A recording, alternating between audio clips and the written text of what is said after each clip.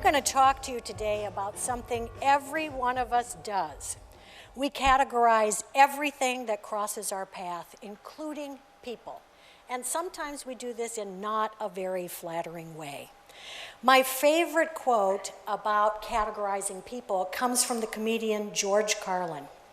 He said there are three kinds of people: those who can count and those who cannot. I'm glad you got that. Well, I want to talk about a positive way of categorizing people. It's called personality type. And it's based on something called the Myers-Briggs Type Indicator, or MBTI assessment. I'm just going to be able to give you a little bit of that framework. There's a lot more to it that I'm going to get to today. So what this is about is it's about how you prefer to gain energy, gather information, make decisions, and live your life. Now, this word preference is a really important thing in this system. So I just want to do a quick demonstration of what preference happens to be. So let's say you're really skeptical about personality type, and you cross your arms and maybe you even tap your foot. Just try that with me if you would, okay? Now, you probably didn't even think, which arm do I put on top? You have a natural preference for how you cross your arms. So try crossing them the other way. You can do it easily. It doesn't feel quite as natural. And we're going to be talking about personality preferences within ourselves, and they're really natural habits, natural mental habits that you have for the ways you might like to think or do or act. Now, I think it's helpful to know about personality type for two reasons. One is it can help you understand that that other person is not really trying to drive you crazy on purpose.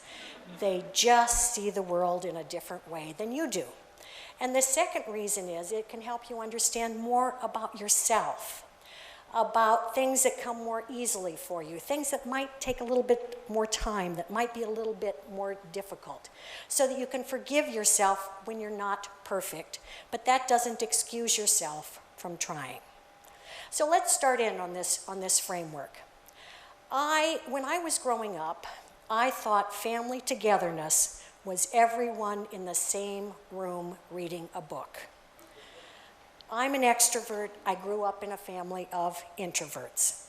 My mother thought that my siblings needed to go to nursery school and I didn't. Probably should have been reversed. They needed their quiet time, and I would have had fun with those other kids. I can assure you we're all just fine today.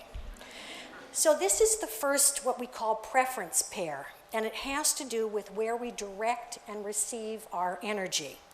There's an extroverted way and an introverted way. Now, these are not social skills. You can have people who prefer extroversion and people who prefer introversion who are shy. This is about energy. So extroverts want their energy to go out.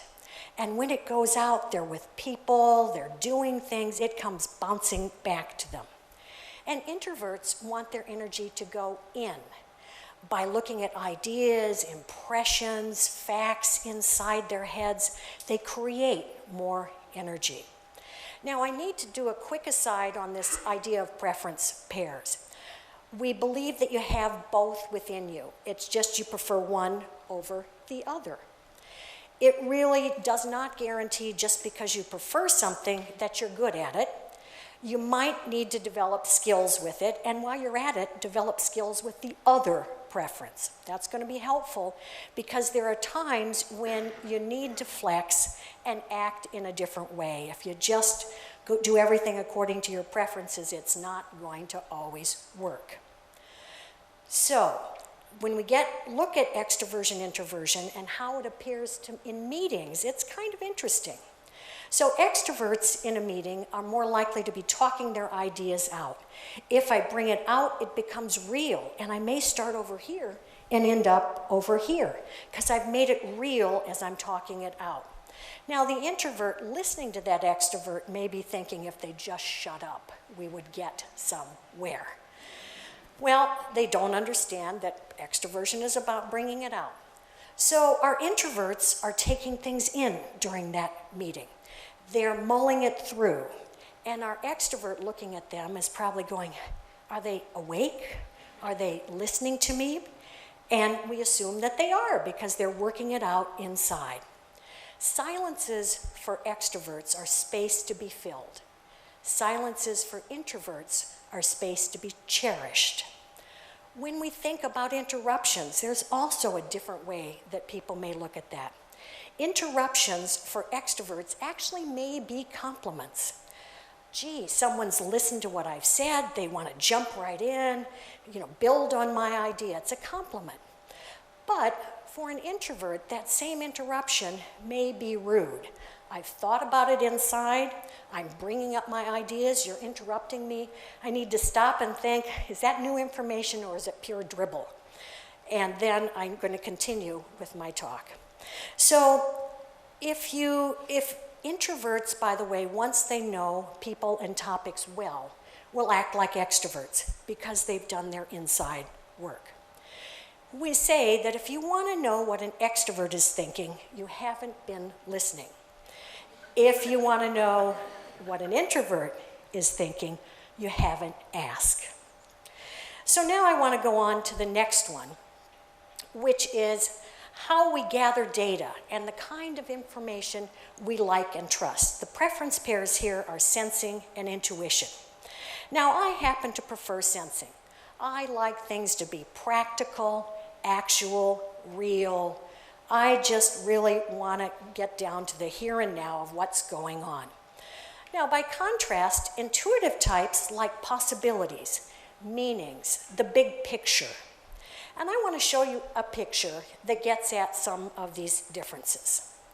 So if we look at this particular picture with a sensing lens, we may see pillars, trees, yellow flowers, there's an umbrella in there, and so forth. If we look at this picture from an intuitive point of view, we might see an ancient lost civilization where the wild things are, or a ballet of dancing trees. Now, we've both looked at the same picture. So I use this in a community leadership program, and we get people into sensing groups and intuitive groups and have them look at this picture and talk about it. We had a civil engineer once who pointed over to the intuitive, he was in the sensing group. He pointed to the intuitive group and he said, I always thought they were liars.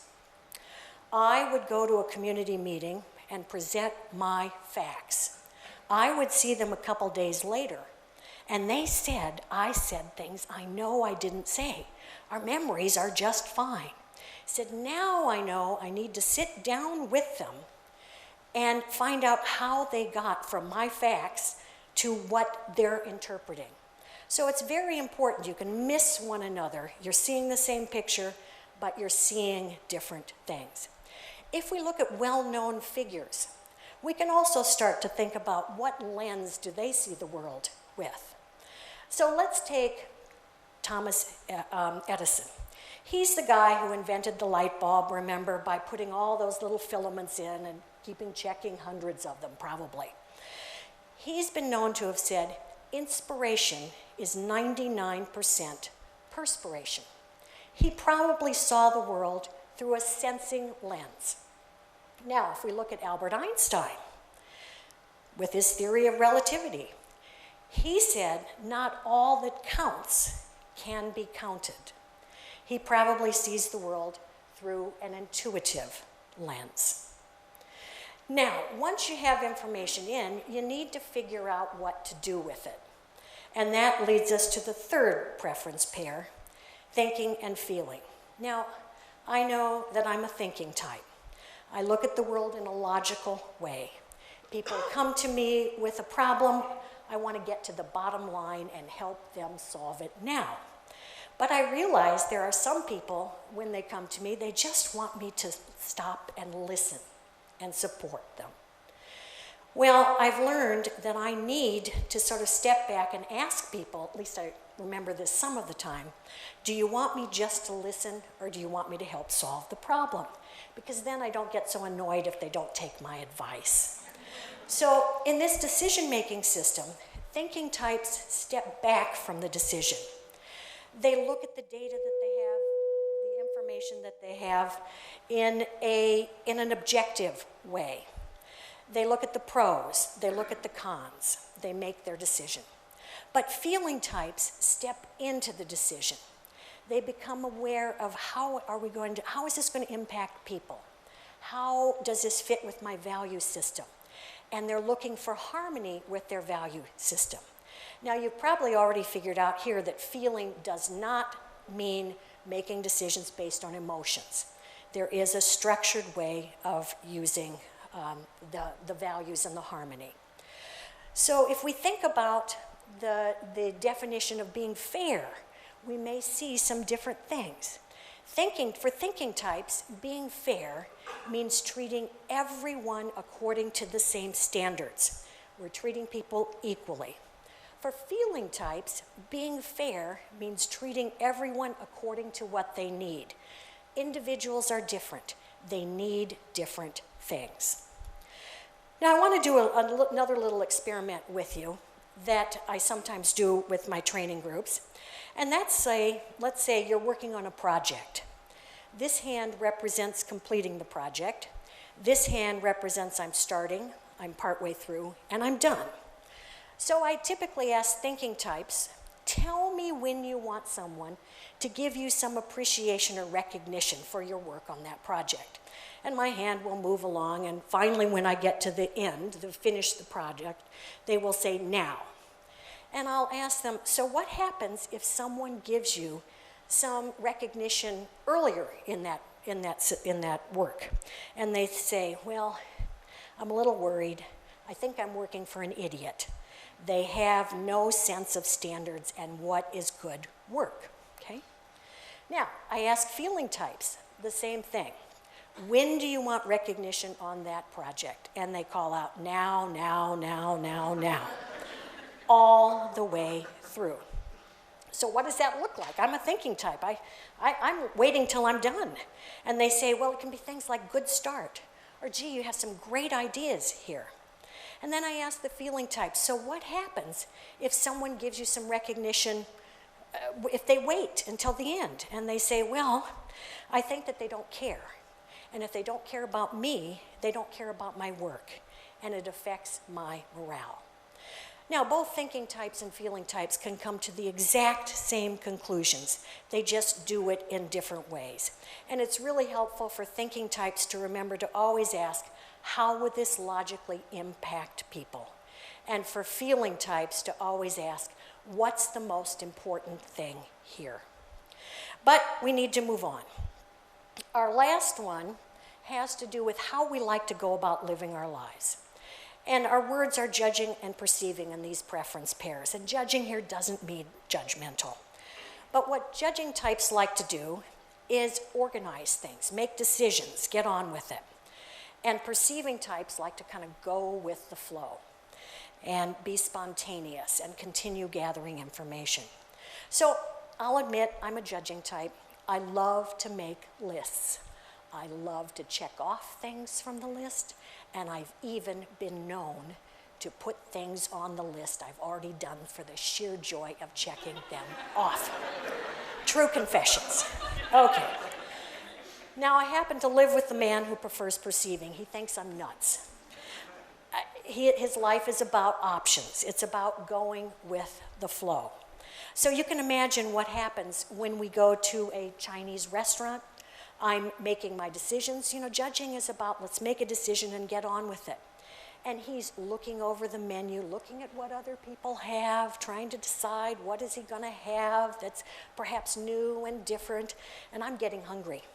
But for perceiving types, it's no decision before it's time. So judging types will often use words that end in ED. I've finished that. I've completed that. I've decided that. And perceiving types will often talk in ing words. I'm finishing that. I'm completing that. I'm deciding that.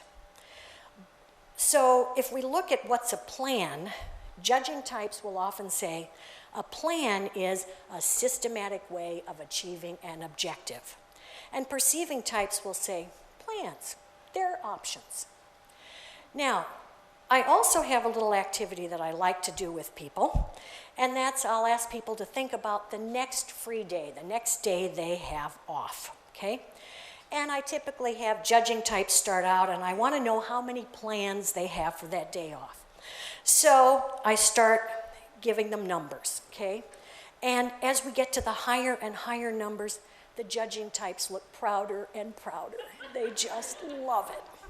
Now, when I do the same thing for the perceiving types, okay, they've raised their hands, and I can see they get more and more embarrassed as the number gets higher, and they'll often call out, but they're not my plans. Someone came up with them for me. So both can have lovely days off. And in fact, sometimes I'll get judging plans, people coming to me and saying, you know, I must be a perceiving type because on my next day off, I plan to do nothing. You heard the word plan, okay? So this is about how you live your life. So all of these come together in a magical way. So we've got 4 preference pairs. We've got how you gain energy, extroversion, introversion, how you gather information, sensing, intuition, how you make decisions, thinking or feeling, and how you live your life, judging or perceiving. So there are 16 possible unique types within this. Now, we use a shorthand for this. You probably have already figured it out. The only trick is we have to use an N for intuition because we've already used the I up for introversion. Now, of these types, when they come together in that unique chemical reaction, we say the whole is greater than the sum of its parts. Now, my particular type happens to be ESTJ. I'm extroverted, sensing, thinking, and judging. So you've heard a lot about my type. I'm also really responsible. You give me something to do, and I will follow through to completion. That's how I got into the Myers-Briggs in the first place. I walked into my manager's office one day, and he said, Jean, everybody in this office is going to become an expert in something. Yours is going to be the Myers-Briggs. Yes, sir, I said. So I get to live out my type. I get to write practical materials for people. I get to train people in how to interpret this instrument. I get to use who I am. But I want to tell you a story about somebody who didn't get to use who she was.